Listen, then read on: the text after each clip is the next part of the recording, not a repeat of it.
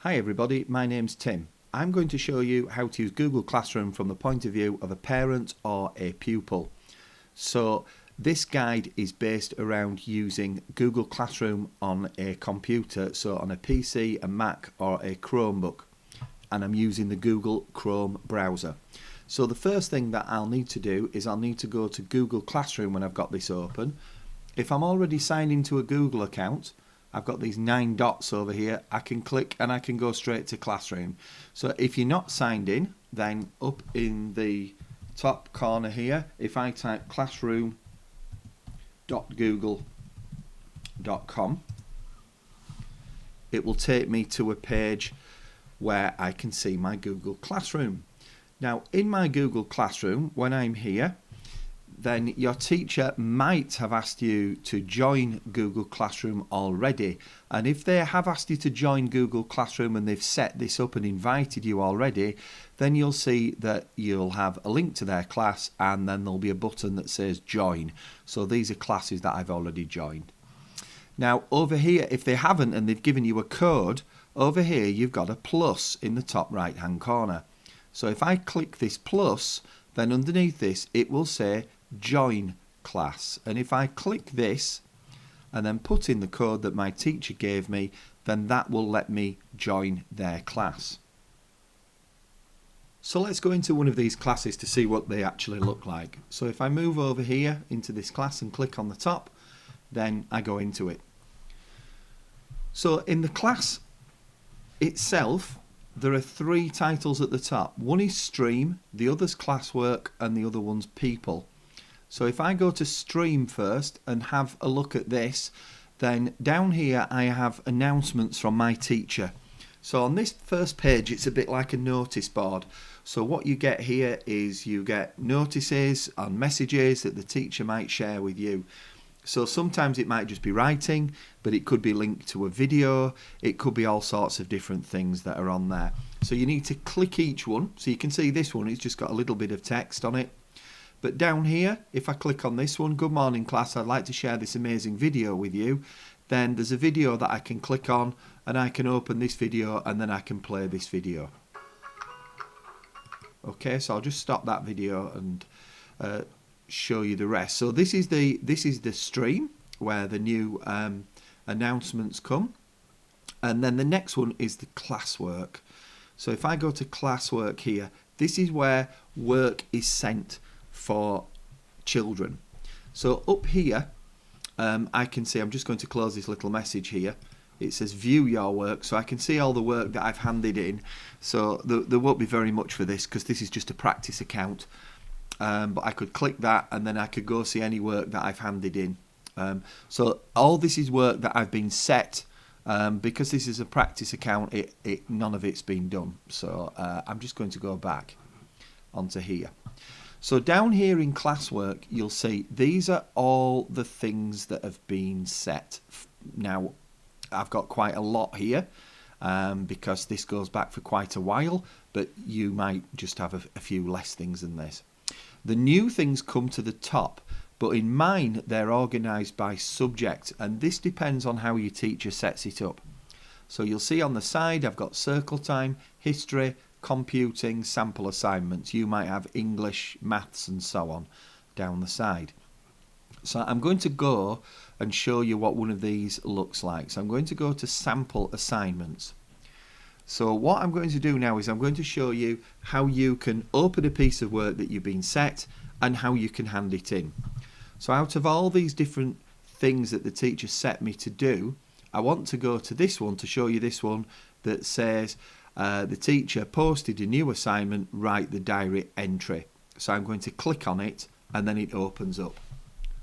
So when it opens up, it says write the diary entry, and your teacher might give you some information down here about what to do. So you can see this, open the monster's diary and read it. You will then have to finish the diary yourself. So the first bit of this instruction is to open this. So I'm going to open this and then it opens up and I can read it. And then when I've finished, instead of actually writing it down here, it says open the document called Finish the Monster's Diary and finish writing the diary for the monster. So over here, I've got something, it says CPD 10. Now that would be your name. And then it says finish the. So if I just hover over it, it says finish the monster's diary. If I click this, then it opens up a page and I can open this up and it's ready to type. So I can type this. I'll just close that notice there. So I can start to type this piece of work. So first I woke up and looked out of the window. And so on and so on. So you finished doing all your typing there. And then what I can do is this saves automatically as I go on. Every time I type, it saves. So if I don't finish this all in one go and I want to close it, I could close it and then I could come back to it later. So I can go and I can open it. And if I come back to it and open it, you'll see it's remembered everything that I've done. So I could carry on if I don't get it finished in one go.